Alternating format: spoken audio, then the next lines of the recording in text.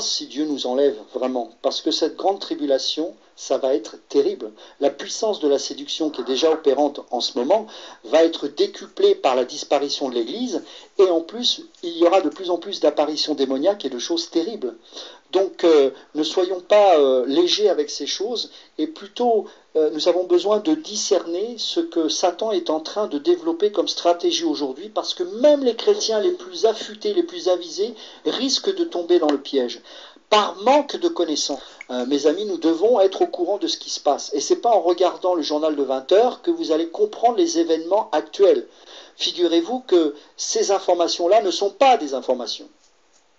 Tout ce que vous enseigne ici, ce sont des choses qui ont été envoyées de l'AFP par ce nouvel ordre mondial qui vous dit voilà ce qu'il faut communiquer au peuple, afin qu'il soit un peuple abruti, qui ne comprenne rien et qui gobe tout. Mais vous avez la possibilité en tant qu'être humain et enfant de Dieu avec l'esprit que Dieu vous a donné de discerner les choses et de vous renseigner et de fouiller. Plutôt que de regarder tout et n'importe quoi sur Internet, utilisez ces moyens modernes pour fouiller. Parce que je vous rappelle que même les païens sont plus avisés que les chrétiens aujourd'hui. Sachez qu'aux États-Unis, il y a des groupes de résistants, des gens qui sont en train de stocker de la nourriture, des gens, alors c'est pas bien, mais bon c'est comme ça, des gens qui sont prêts à prendre les armes parce qu'ils commencent à résister à ce nouvel ordre mondial qui est en train de se mettre en place. Alors... Beaucoup de gens s'intéressent aux prophéties bibliques, mais rares sont ceux qui connaissent leur véritable signification et leur utilité. Certains les trouvent parfois intéressantes, tout en ne leur accordant pas une réelle importance. D'autres s'y attachent fortement, cherchent à les comprendre et désirent de tout leur cœur y prêter attention. Qu'est-ce au juste qu'une prophétie? Et en quoi les prophéties de la Bible sont-elles différentes des autres? Par définition, une prophétie est une prédiction faite par quelqu'un qui prétend connaître l'avenir. Les érudits affirment avec assurance que nul ne peut vraiment prédire l'avenir et qu'il faut être très brave et même un peu fou pour s'y risquer. Cependant, les commentaires ne tiennent pas compte de l'incroyable particularité des prophéties bibliques, qui classent ce livre hors catégorie par rapport à tous les autres. Annoncer l'avenir de façon précise et logique n'est pas à la portée d'un être humain. Même les meilleurs stratèges reconnaissent que la prédiction d'événements futurs, particulièrement ceux de nature géopolitique, est difficile à court terme et pratiquement impossible à long terme, si l'on veut être précis. Toutefois, le Dieu de la Bible déclare qu'il a le pouvoir de prédire l'avenir, et non seulement de le prédire, mais de faire en sorte que ces prédictions se réalisent. La Bible, appelée aussi les Écritures, contient des centaines de prophéties qui se sont révélées exactes et qui sont accréditées par l'histoire. Elle a prédit à maintes reprises et en détail l'ascension et la chute d'individus éminents, de nations puissantes et d'empires mondiaux. Alors bonjour à tous, mon nom est Mario Lorrain, il me fait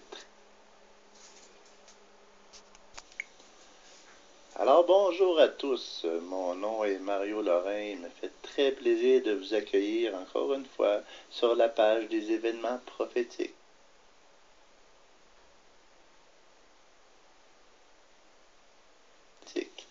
J'ai préparé pour vous une série de 4 études intitulées « Prophéties bibliques accomplies sous nos yeux ». Comme j'ai mentionné au cours des études précédentes, il y a 90% des prophéties qui se sont déjà accomplies sous nos yeux, dans notre époque, dans notre génération. Et ces prophéties, bien,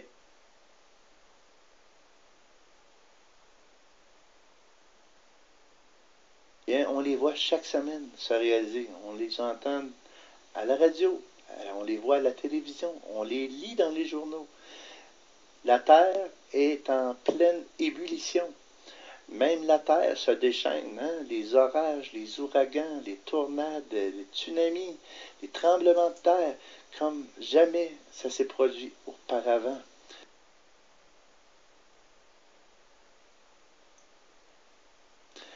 Donc, tout ceci est la table qui est dressée par le Seigneur pour l'arrivée de l'Antéchrist, qui va former un gouvernement mondial et puis qui va prendre contrôle de la terre pour un temps qui lui est apparti. Mais après 7 années, nous savons que le Seigneur Jésus-Christ reviendra avec ses rachetés, avec la première prophétie qui, pour moi,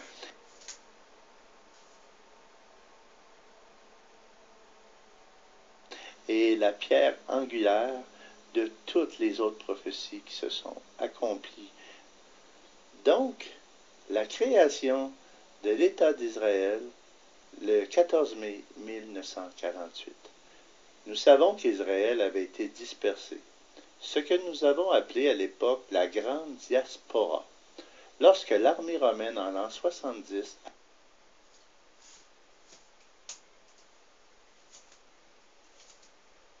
a détruit le temple juif. Ils ont été dispersés, tout le peuple de Dieu, partout dans le monde.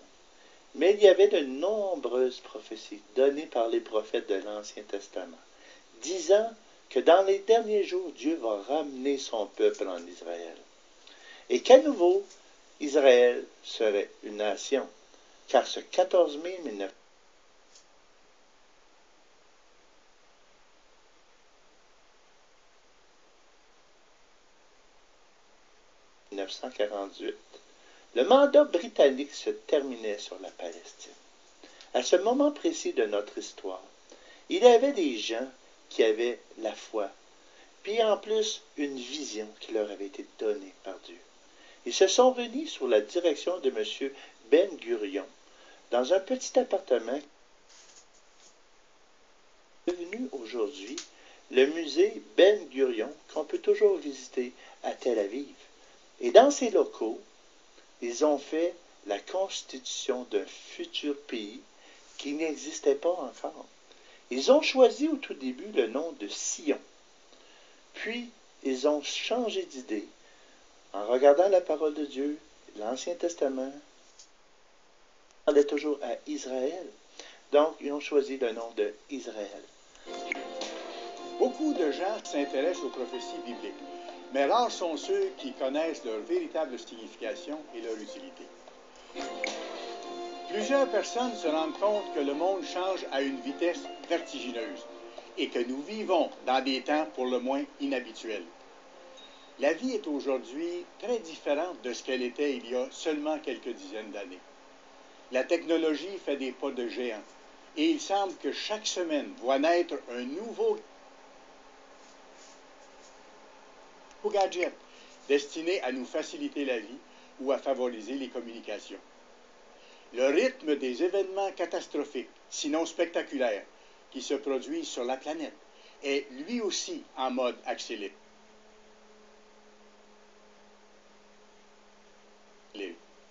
Certains ne veulent même plus écouter les bulletins de nouvelles, tellement le récit des désastres qui se déroulent en cascade est frappant.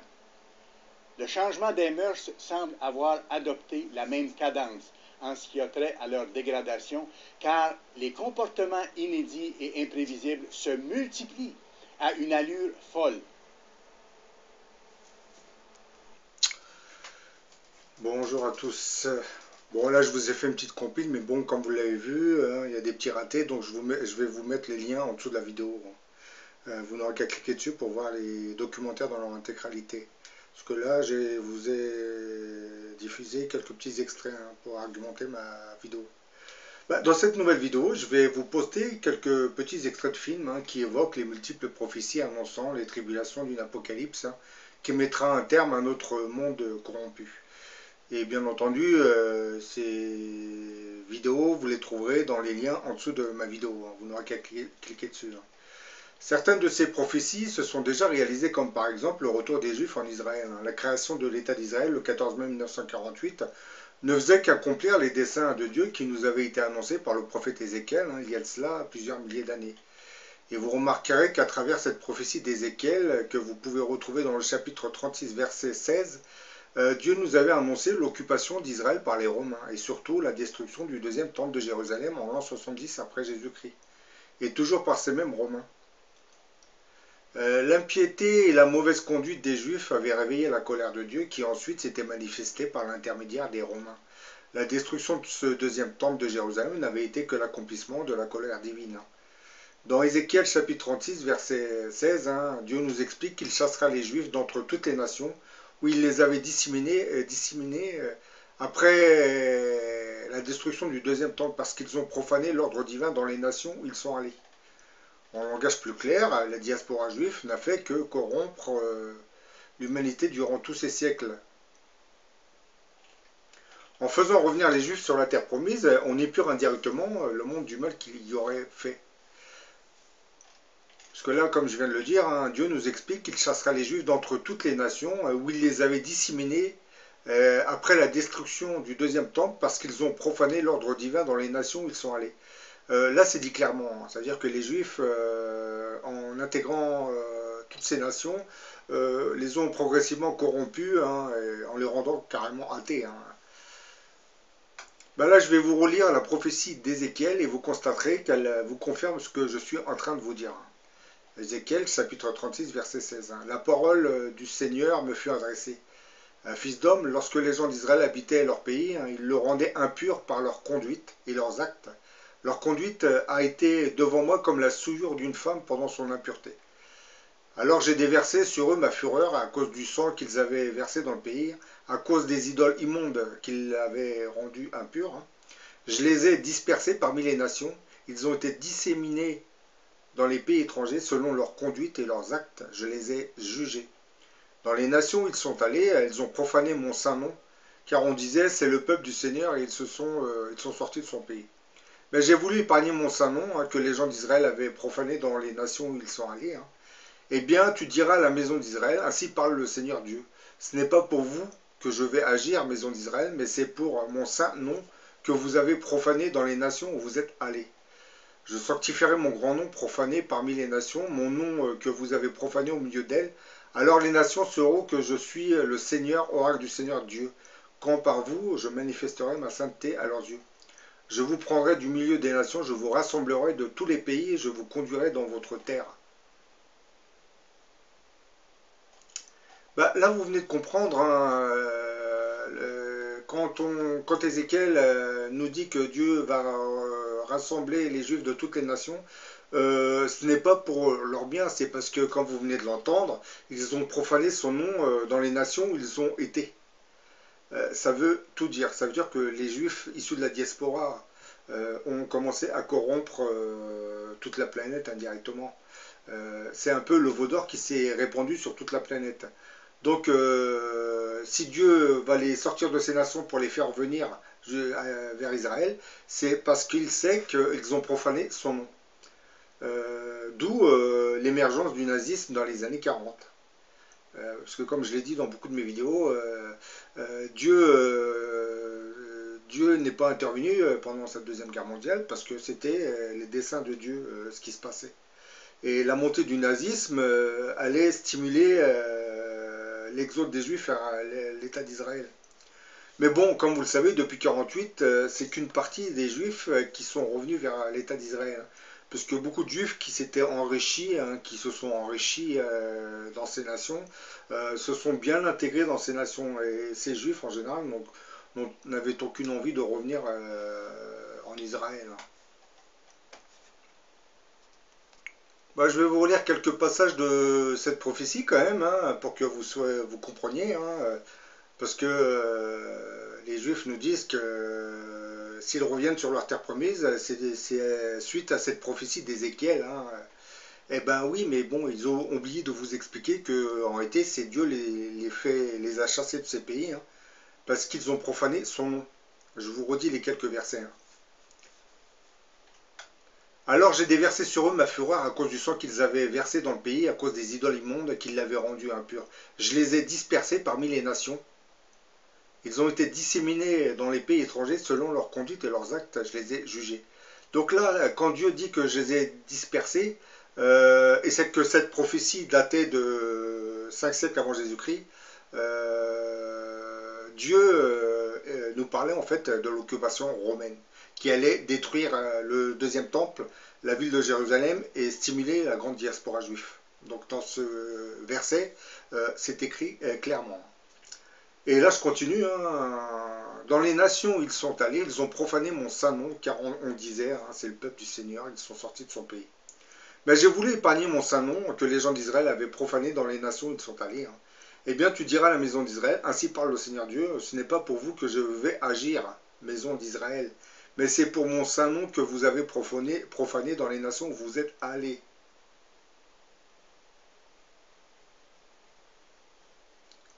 Je sanctifierai donc mon grand nom profané parmi les nations, mon nom que vous avez profané au milieu d'elles. Alors les nations sauront que je suis le Seigneur, oracle du Seigneur Dieu. Je vous prendrai du milieu des nations, je vous rassemblerai de tous les pays, je vous conduirai dans votre terre.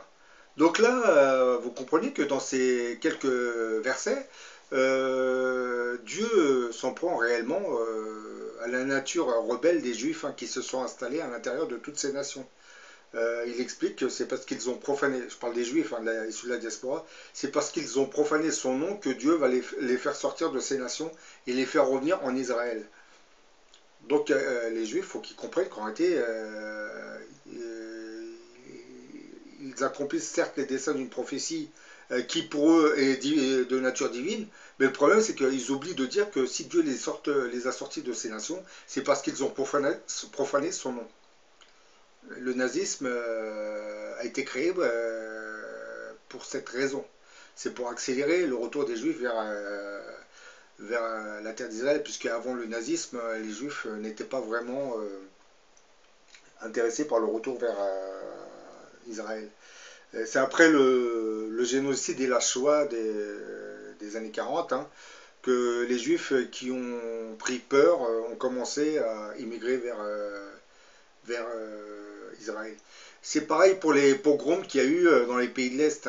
Beaucoup de ces pogroms sont stimulés par une main divine. Faut pas l'oublier. Parce que dans cette prophétie, Dieu veut sortir les Juifs qui ont profané son nom parmi toutes ces nations.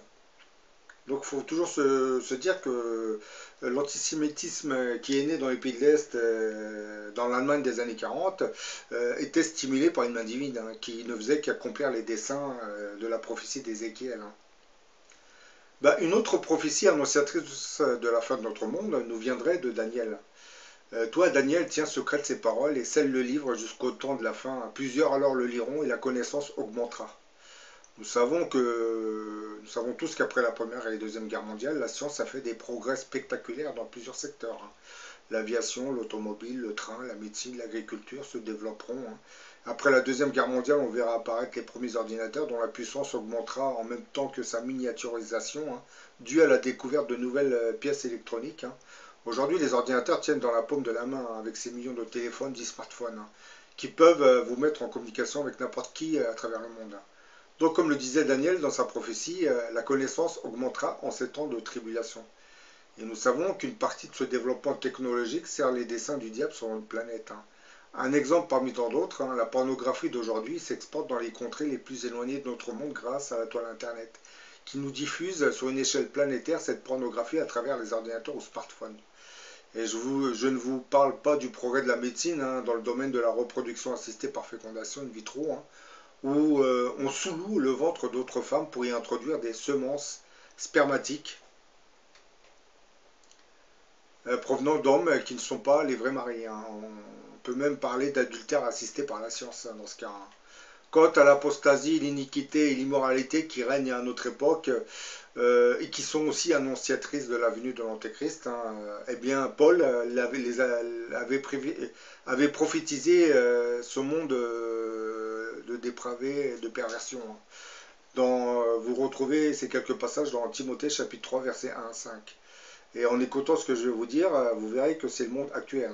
Ça correspond au monde actuel.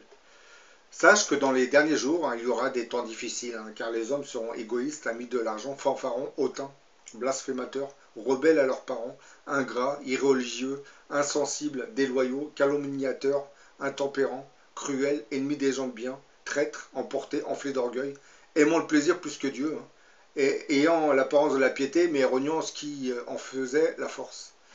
Et puis dans ce passage, dans ce chapitre 3, c'est étrange, parce qu'on est en train de nous parler de ce qui s'est passé pendant la Révolution française. Vous savez ce qui s'est passé, j'en ai parlé dans beaucoup de mes vidéos, sur l'impulsion des philosophes qui avaient rejoint la franc-maçonnerie. Et ensemble, ils ont décidé de détruire l'ancien modèle de gouvernance qui était la monarchie, pour instituer à la place une république qui, elle, était débarrassée de tout ce qui avait trait aux religieux. C'était la naissance de la République laïque. Cette République laïque, comme vous le savez, va contaminer tous les autres pays européens et à leur tour vont instituer des républiques laïques, c'est-à-dire athées.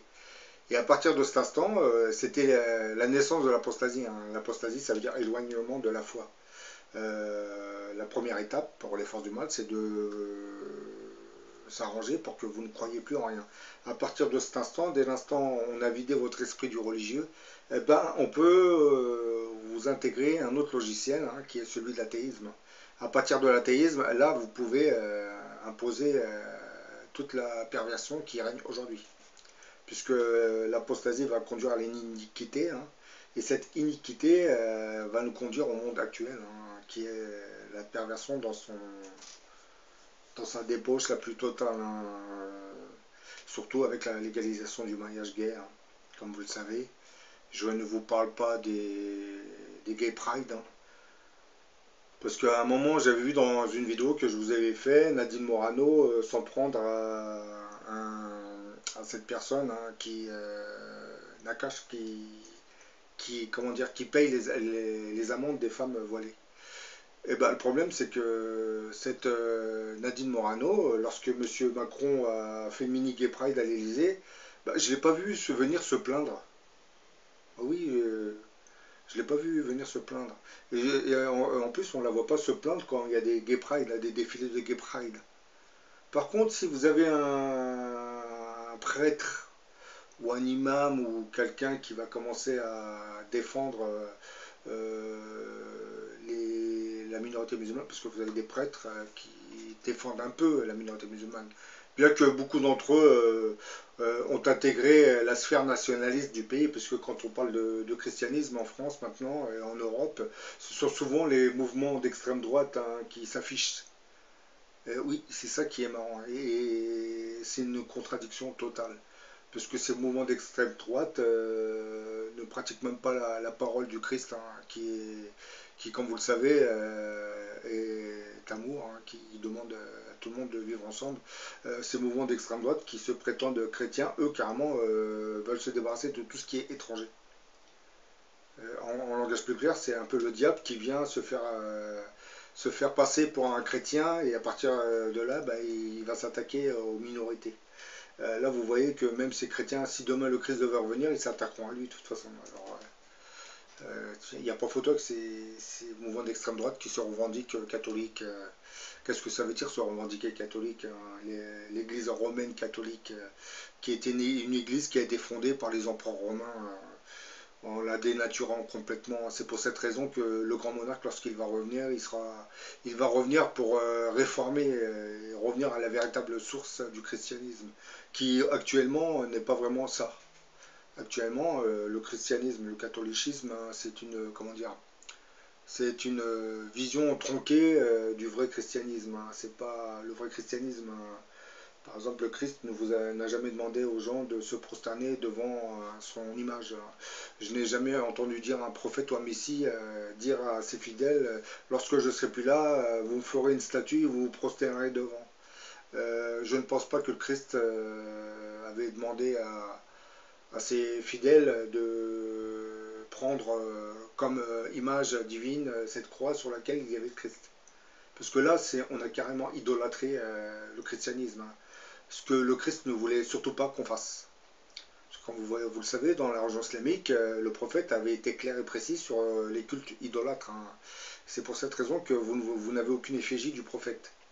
Et dans le futur, le grand monarque, ça sera pareil. Hein. Celui que vous appelez le grand monarque, vous ne verrez, bon, de son vivant, c'est logique, vous allez voir son visage, mais vous ne verrez aucune statue de cette personne qu'on appelle le grand monarque, puisque lui-même sait très bien que vous allez par la suite vénérer cette statue en occultant complètement la divinité. Donc lui, lorsqu'il va venir, il vous le dira clairement, aucune représentation de ma personne à travers une statue. Donc il va vous dire, comme le Christ est le prophète de l'islam, vous devez prier pour le créateur des mondes. et non une statue qui va servir d'intermédiaire. Donc le grand monarque, quand il va revenir, il va se débarrasser de cette croix que vous retrouvez dans les églises. Quitte à choquer tous les chrétiens, c'est exactement ce qui va se passer, parce que vous n'êtes pas dans la vraie voie chrétienne du christianisme. Cette croix, c'est un détournement éhonté, stimulé par le diable, bien entendu, hein, puisque le diable s'est invité dans le concile de Nicée, hein, parce que le fait de dire que Jésus est Dieu, c'est une manière de blasphémer le créateur des mondes. Jésus-Christ n'était rien d'autre qu'un envoyé qui avait été créé, créé par Dieu, hein. C'était juste l'envoyé de Dieu, c'était un Messie, hein, qui avait une parole bien précise à transmettre à l'humanité. Bon, certains vont me dire, c'est le Christ, l'envoyé de Dieu, il n'a pas vu qu'on allait le crucifier, ben, il le savait très bien ce qui allait lui arriver, le Christ, hein. Sauf que c'était dans le programme, puisque par la suite, il est ressuscité. Et quand il est ressuscité, qu'est-ce qu'il a fait? C'est ça le mystère. C'est que pour beaucoup de monde, il est remonté vers Dieu. Posez-vous cette question. Peut-être que Dieu lui a donné une autre chance pour qu'il aille faire sa vie ailleurs. Mais bon. Bon, j'en ai fini avec cette vidéo. Je vous mettrai les liens qui ont un peu raté hein, tout à l'heure. Hein. Vous les retrouverez sous ma vidéo. Bon, raté entre parenthèses, hein, puisque j'ai quand même réussi à faire la petite compilation. Mais bon. Allez, à la prochaine pour une autre vidéo.